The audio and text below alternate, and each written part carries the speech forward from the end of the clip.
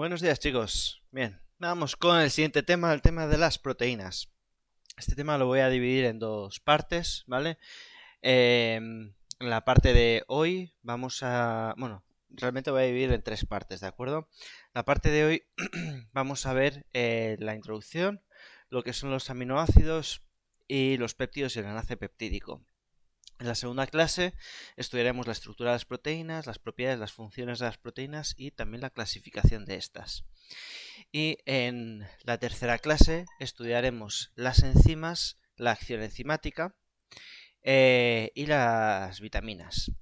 Pues bien, vamos con la clase de hoy. Vamos a empezar con las proteínas. Bien, ¿qué es una proteína? Bueno, las proteínas es una biomolécula orgánica y si quitamos a un ser vivo todo el agua, más o menos la mitad del peso seco, ¿vale? De lo que nos queda van a ser proteínas.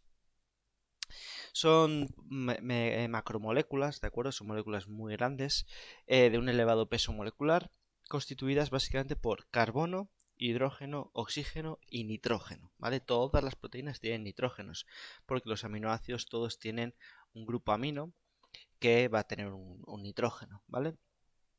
Luego, según lo que tengan en las cadenas de los aminoácidos, pueden tener también azufre y fósforo. Y en menor proporción, asociado a estas proteínas, pueden tener hierro, cobre, magnesio, yodo, etcétera, ¿vale?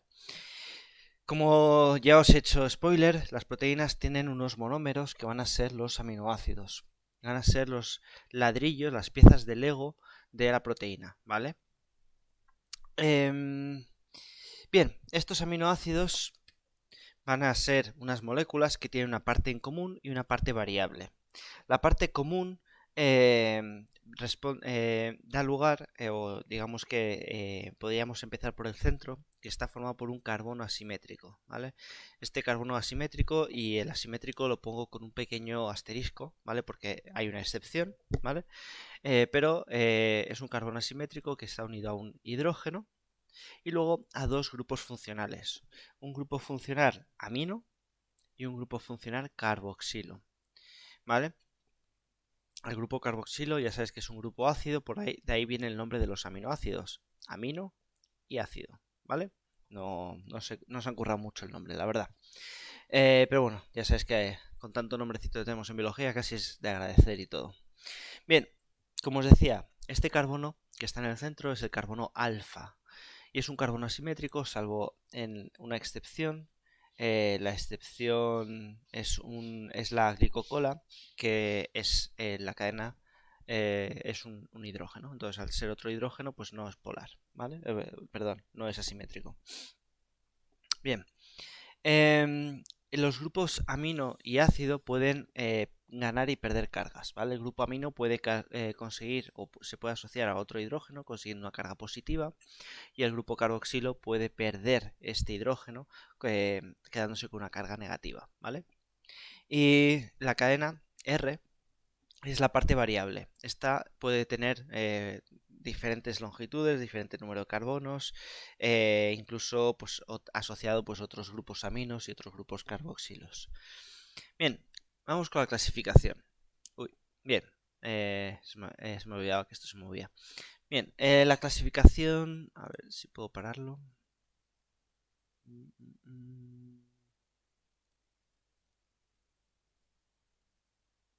Ahí, vale. Bien, pues vamos a tener cuatro grupos dentro de los grupos de los aminoácidos, ¿vale? Tenemos los grupos, los aminoácidos apolares, ¿de acuerdo? Donde el grupo R, la cadena, va a ser hidrofóbica, ¿de acuerdo? Tenemos los aminoácidos polares neutros con el grupo R hidrofílico, y tendremos los grupos polares básicos y los grupos polares ácidos. Los básicos tendrán una carga positiva y los ácidos una carga negativa, ¿de acuerdo? No os tenéis que aprender los grupos, pero sí más o menos tener en cuenta que hay cuatro grupos, ¿de acuerdo? Y el qué es lo que varía dentro de esos grupos.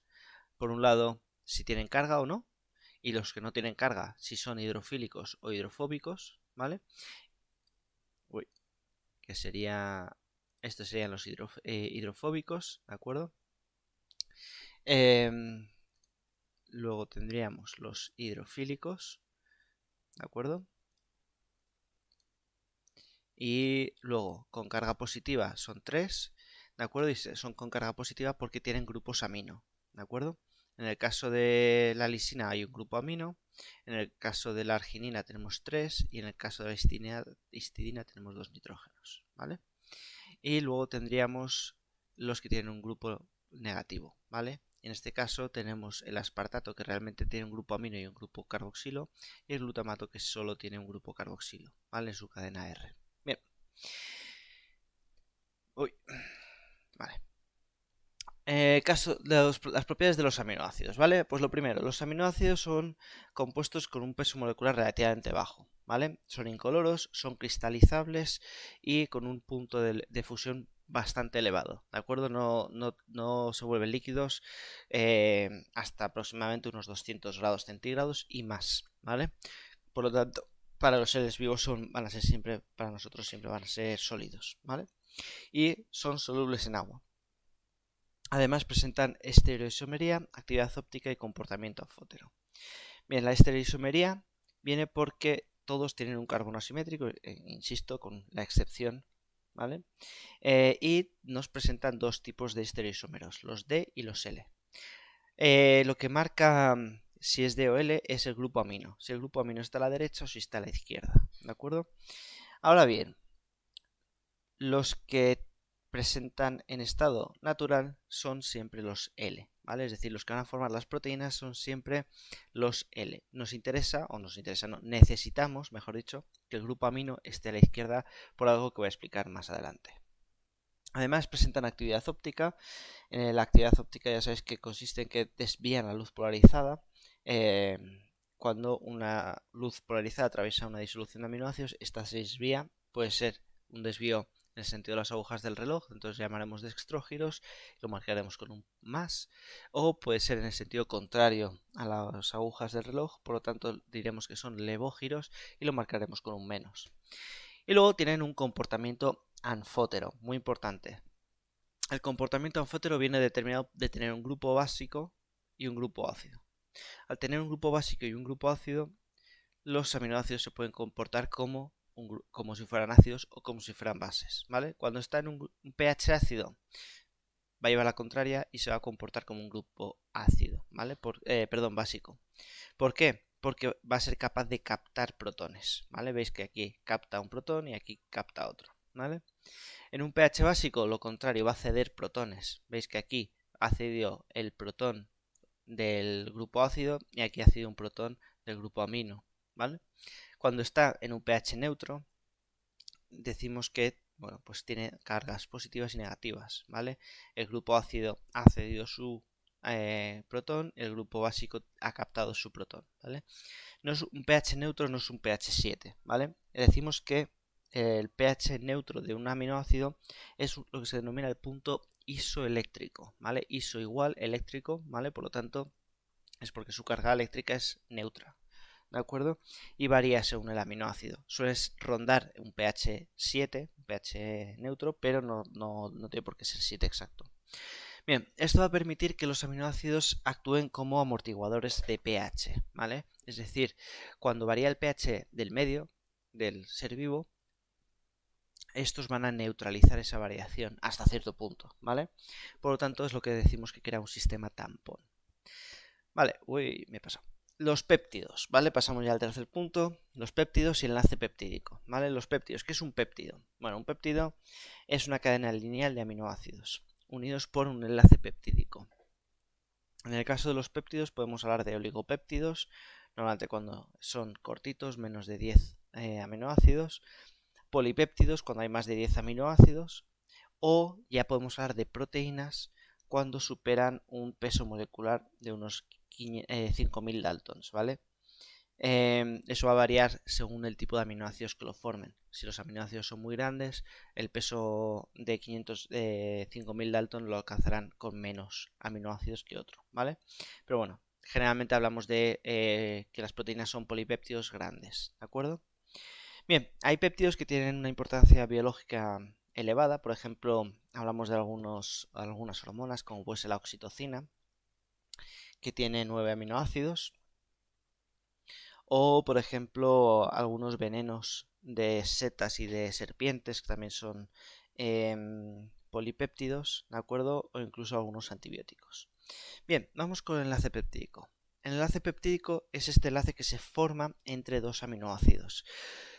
Concretamente, siempre se va a formar entre el grupo carboxilo del primer aminoácido y el grupo amino del segundo aminoácido. Es decir, se nos va a quedar libre siempre el grupo amino del primer aminoácido y el grupo carboxilo del último aminoácido que participe en la cadena, ¿vale? Eso va a ser muy importante porque las proteínas las leemos siempre desde lo que denominamos el N-terminal, es decir, el grupo amino libre, hasta el C-terminal, el grupo carboxilo libre. Bien, en sí el enlace peptídico es un enlace muy sencillo. Se forma entre un hidrógeno y el OH del grupo carboxilo y, como siempre en los enlaces biológicos, se libera una molécula de agua. ¿De acuerdo? Y me forma este enlace. Siempre va a quedar el oxígeno en un plano y el hidrógeno en otro. ¿De acuerdo? El oxígeno del grupo carboxilo y el hidrógeno que queda del grupo amino en planos diferentes. Además, hablamos de que presentan resonancia, ¿vale? Es una resonancia porque, como veis, el doble enlace que se unía con el oxígeno, ¿vale? Este doble enlace, se puede romper y pasar al siguiente plano, ¿de acuerdo? Se rompe y pasa aquí, ¿de acuerdo? Bien, pues entonces es un enlace que va cambiando. Esto permite que los enlaces puedan girar, ¿vale? Bueno, perdón, que precisamente esta zona es la zona de plano que no gira, mientras que los enlaces con el carbono alfa, ¿de acuerdo? Estos dos, el hidrógeno y el grupo R, sí que pueden girar, ¿vale? Permitiendo la configuración trans, cis y trans, ¿vale?